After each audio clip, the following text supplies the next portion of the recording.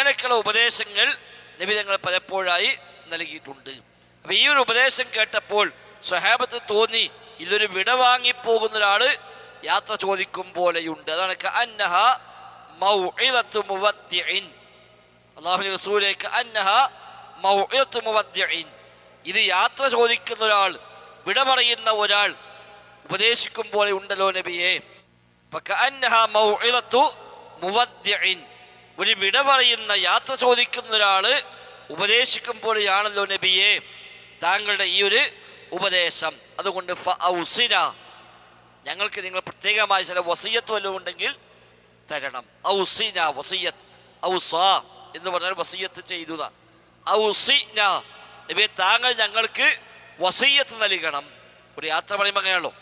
അപ്പം നബിൻ്റെ ആ ഉപദേശം കേട്ടപ്പോൾ എന്തോ അവർക്കൊക്കെ തോന്നി ഇത് ഒരു അവസാനം പറയുന്ന പോലെ, വിട പറഞ്ഞു പോകും പോലെയുള്ള ചില ഉപദേശങ്ങൾ. അപ്പം അതിലെന്തൊക്കെ നബി പറഞ്ഞത് അല്ലാഹു അഅലം, റിപ്പോർട്ട് ചെയ്യപ്പെട്ടിട്ടില്ല. ആ ഉപദേശത്തിൽ നബി എന്തൊക്കെ പറഞ്ഞു എന്നുള്ളത് എവിടെ റിപ്പോർട്ടിലെവിടെയും വരുന്നില്ല. പല പണ്ഡിതന്മാരുടെ ചോദ്യമുണ്ട്, നബിയുടെ ആ ഖുത്ബയുടെ പൂർണ്ണരൂപം കിട്ടുമോ എന്നൊക്കെയുള്ള ചോദ്യങ്ങൾ കിതാബിൽ കാണാൻ പറ്റും. പക്ഷെ അവിടെയൊക്കെ അത് ലഭ്യമല്ല എന്നാണ് അവർക്ക് നൽകുന്ന മറുപടികൾ. അപ്പം ആ ഒരു കണ്ണുകൾ നിറഞ്ഞൊഴുകിയ, കൽബുകൾ പേടിച്ച ആ ഒരു ഉപദേശം കേട്ടപ്പോൾ ഞങ്ങൾക്ക് തോന്നി ഇത് വിട പറയുന്ന ഒരാള് ഉപദേശിക്കും പോലെയാണ്. അപ്പം അവൻ നബിയോട് പറഞ്ഞു, നബിയെ താങ്കൾ യാത്ര ചോദിക്കുന്ന പോലെ തോന്നുന്നു ഞങ്ങൾക്ക്, അതുകൊണ്ട് ഞങ്ങൾക്ക് വസിയത്ത് വല്ലതും ഉണ്ടെങ്കിൽ തരണം.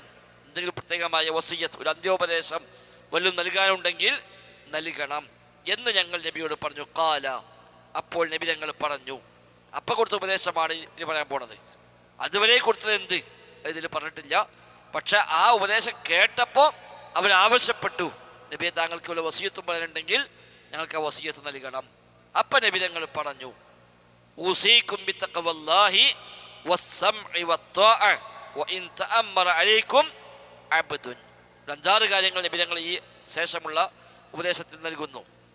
അതുകൊണ്ട് നബിയുടെ വസിയത്ത് എന്ന് ഹെഡ് കൊടുത്തത് ഫഔസിന, ഞങ്ങൾക്ക് വസിയത്ത് നൽകണം എന്ന് പറഞ്ഞപ്പോഴാണ് നബി ഞങ്ങൾ ഇത് പറഞ്ഞത്. അതുകൊണ്ടാണ് നബിയുടെ വസിയത്ത് എന്ന് ഹെഡിങ് നൽകിയിരിക്കുന്നത്. ഊസീകും ബിത്തഖ്വല്ലാഹ്, ഒന്നാമത്തെ കാര്യം ഊസീകും, ഞാൻ നിങ്ങൾക്ക് വസിയത്ത് നൽകുന്നു, ബിത്തഖ്വല്ലാഹ്, അള്ളാഹുവിനെ സൂക്ഷിക്കണമെന്ന് നിങ്ങളോട് ഞാൻ പ്രത്യേകമായി ഉപദേശിക്കുന്നു. ഏത് വസിയത്തിലും ഒന്നാമത്തെ വസിയത്ത് തന്നെ ആയിരിക്കും. ലോകത്ത് ധാരാളം ആളുകളുടെ വസിയത്തുകൾ ചരിത്രത്തിൽ കാണാൻ പറ്റും. വലിയ വലിയ പണ്ഡിതന്മാർ, അതേപോലെ ഭരണാധികാരികൾ, ഇങ്ങനെ പലരുടെയും വസിയത്തുകൾ. അവിടെയൊക്കെ ദീനുള്ളവർ ആദ്യം നൽകുന്ന വസിയത്ത് ഊസീക ബിത്തഖ്വല്ലാഹ് എന്നാണ് എല്ലാവരും നൽകുക. ഇപ്പോഴും ലോകത്ത് വലിയ വലിയ പണ്ഡിതന്മാരെ കാണാൻ പോയാലും എന്തെങ്കിലും ഒരു വസിയത്ത് വേണം എന്ന് ആവശ്യപ്പെട്ടാൽ അവരാദ്യം കൊടുക്കല് ഇത്തഖുല്ലാഹ്, അള്ളാഹുവിനെ സൂക്ഷിക്കുക. അതാണ് ഒന്നാമത്തെ വസിയത്ത്. അതാണ് എല്ലാത്തിൻ്റെയും അസ്ല്, റിസ്ഖുൽ ഷൈഇൻ, എല്ലാത്തിൻ്റെയും പ്രധാനപ്പെട്ട കാര്യം, എല്ലാത്തിൻ്റെയും മുഖ്യമായ കാര്യം തഖ്വയാണ്. അള്ളാഹനെ സൂക്ഷിക്കുന്നുണ്ടെങ്കിൽ ഇതിൻ്റെ ബാക്കിയെല്ലാം അത് ക്ലിയറായി കിട്ടി.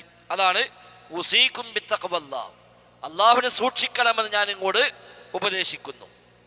വസ്സംഇ വത്വാഅ, രണ്ടാമത്തെ കാര്യം വസ്സംഇ വത്വാഅ, നിങ്ങൾ കേൾക്കുകയും അനുസരിക്കുകയും വേണമെന്നും ഞാനിതാ നിങ്ങളോട് ഉപദേശം നൽകുന്നു. അഥവാ ഭരണാധികാരികൾ, നിങ്ങളുടെ മേൽ അധികാരം കൈയാളുന്നവർ ആരാണെങ്കിലും അവർക്ക് നിങ്ങൾ കേൾക്കുകയും അവരെ നിങ്ങൾ അനുസരിക്കുകയും ചെയ്യുക. വസ്സംഇ വത്വാഅ, സംഉം ത്വാഅത്തും ഇസ്ലാമിൽ ഈ ഖിലാഫത്തിൻ്റെ പ്രധാനപ്പെട്ട ഒന്നാണത്.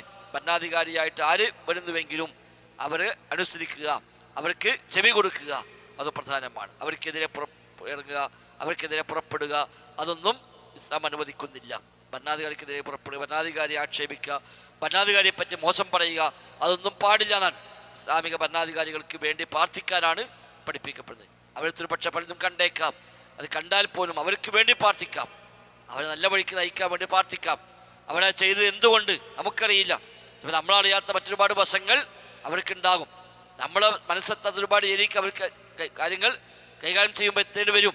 അതൊക്കെ മുമ്പിൽ വെച്ചുകൊണ്ടായിരിക്കും അവർ പക്ഷെ അവർ പല തീരുമാനങ്ങളും എടുക്കുന്നത്. ചിലപ്പോൾ തെറ്റായിരിക്കുകയും ചെയ്യാം. പക്ഷെ അവർക്ക് വേണ്ടി പ്രാർത്ഥിക്കുക, അവരെ ആക്ഷേപിക്കുകയല്ല വേണ്ടത്. ഇസ്ലാമിക ഭരണാധികാരികൾ ഒരിക്കലും ആക്ഷേപിക്കാൻ പാടില്ല. നമ്മൾ പ്രത്യേകം ശ്രദ്ധിക്കും. ഇന്നത്തെ കാലത്തൊക്കെ അത് വ്യാപകമായി വരുന്ന ഒന്നാണ്. അഹ്ലുസുന്നയുടെ അഖീദയും അല്ലാത്ത തമ്മിൽ വലിയ വ്യത്യാസം അതാണ്. അഹ്ലുൽ ബിദ്അ എപ്പോഴും ഭരണാധികാരികൾ ആക്ഷേപിച്ചു കൊണ്ടിരിക്കും. അഹ്ലുസുന്ന ഭരണാധികാരിയെ ആക്ഷേപിക്കുകയില്ല. ഭരണാധികാരി തെറ്റുണ്ടെങ്കിൽ ചെയ്യാനുള്ള രണ്ട് കാര്യമാണ്. ഒന്ന്, ആ ഭരണാധികാരിക്ക് അത് എത്തിക്കാനുള്ള വഴിയുമുണ്ടെങ്കിൽ എത്തിക്കുക, അവരിലേക്ക് നയിക്കുന്നത് എത്തിക്കാൻ എന്തൊരു മാർഗമുണ്ടെങ്കിൽ അത് എത്തിക്കുക. രണ്ട്, അവർ നല്ല വഴിക്ക് നീങ്ങാൻ വേണ്ടി അള്ളാഹുവിനോട് പ്രാർത്ഥിക്കുക. അത് നമുക്ക് ചെയ്യാനുള്ളത്. അങ്ങാടിയിൽ ഹോട്ടലിൽ ഇരുന്നിട്ട് ഓലെപ്പറ്റി മോശം പറഞ്ഞുകൊണ്ട് പ്രത്യേകിച്ചൊന്നും നേടാനില്ല. അതുകൊണ്ട് നന്നാവോ? ഇല്ലല്ലോ. അപ്പം അവർക്ക് വേണ്ടി പ്രാർത്ഥിക്കാം, നല്ല വഴിക്ക് നയിക്കണേ, അവന് നേർവഴി കൊണ്ടുവരണേ എന്ന് നമുക്ക് റബ്ബിനോട് ദുആ ചെയ്യാം.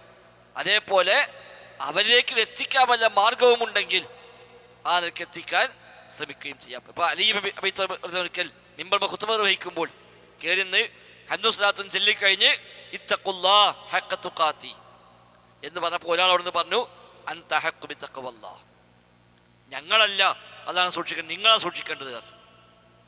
അൻത ഹഖ്ഖു ബിത്തഖ്വല്ലാഹ്, അല്ലാഹുവിനെ സൂക്ഷിക്കാൻ കൂടുതൽ യോഗ്യതയാൽ നിങ്ങളാണ്. വ ഇന്നമാ അറത്തു നസീഹ, ഞാൻ ഗുണകാംക്ഷ കൊണ്ട് മാത്രമാണ് പറയുന്നത് എന്ന് സദസ്സിൽ ഒരാൾ പറയാണ്. അലി അബി തലീബ് പറഞ്ഞു, മാ അറത്ത നസീഹ, എൻ്റെ ഉദ്ദേശം ഗുണകാംക്ഷയല്ല. ഗുണകാംക്ഷയാണെങ്കിൽ ഇങ്ങനെയല്ല പറയേണ്ടത്. അവിടുന്ന് പറയോളം കാത്തുക്കാൻ ആവശ്യമില്ല.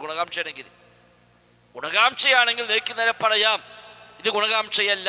പകരം ഖലീഫയെപ്പോലും ചോദ്യം ചെയ്യാൻ ധൈര്യമുള്ളവനാണ് എന്ന് വരുത്തി തീർക്കലാണ് എൻ്റെ ഉദ്ദേശം, അല്ല ഇതൊരിക്കലും ഗുണകാംക്ഷയല്ല.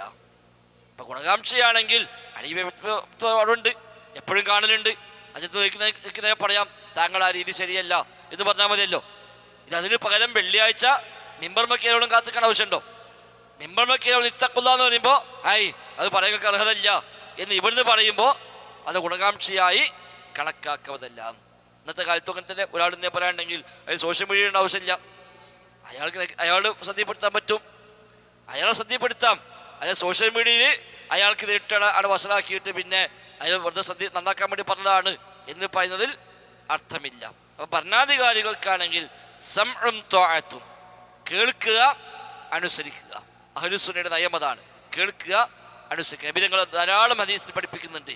ഭരണാധികാരിനെ അടിച്ചാലും ശരി, നിന്റെ സമ്പത്ത് പിടിച്ചെടുത്താലും ശരി, നീ അനുസരിക്കുക, നീ കേൾക്കുക. നിന്റെ ഹക്കുകൾ ലഭിക്കുന്നില്ലെങ്കിൽ നീ റബ്ബിനോട് ചോദിക്കുക. നീ കൊടുക്കാനുള്ള ഹക്ക് നീ കൊടുത്തുകൊണ്ടേയിരിക്കുക. നിനക്ക് കിട്ടാളൊന്നും കിട്ടണില്ല, എന്നാൽ നീ കൊടുക്കേണ്ടതൊക്കെ നീ വാങ്ങുകയും ചെയ്യുന്നു എങ്കിൽ കൊടുക്കാനുള്ള ഹക്ക് നീ കൊടുക്കുക. കിട്ടാനുള്ളത് കിട്ടുന്നില്ലെങ്കിൽ റബ്ബിനോട് ചോദിക്കുക. ഈ ഹക്ക് കിട്ടാനുള്ള വഴി ഉണ്ടാക്കാൻ വേണ്ടി അല്ലാഹുവിനോട് പ്രാർത്ഥിക്കുക എന്നുവരെ നബിതങ്ങൾ ഉപദേശങ്ങൾ നൽകുന്നുണ്ട്. ഇസ്ലാമിക ഭരണാധികാരിയാണ് അവിടെയൊക്കെ ഉദ്ദേശിക്കപ്പെടുന്നത്. ഹദീസൊക്കെ പറഞ്ഞത് മാണ്ടാണ്. അമ്മാനോ അവിടെ നോളെ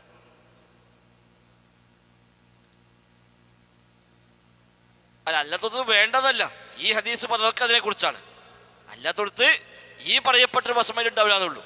മറ്റേ ഏത് രാജ്യത്താണെങ്കിലും ഭരണാധികാരി അനുസരിക്കുക എന്നുള്ളത് ഒരു രാജ്യത്തിൻ്റെ നിലനിൽപ്പിൻ്റെ പ്രധാനപ്പെട്ട ഭാഗം തന്നെയാണ്. അല്ലെങ്കിൽ അവിടെ അരാജകത്വം, അരക്ഷിതാവസ്ഥ ഉണ്ടാവും, നാട് മൊത്തം തകരാറാവും, അത് വേറെ. പക്ഷേ ഹദീസിൽ പറഞ്ഞതൊക്കെ അതേക്കുറിച്ചാണ്.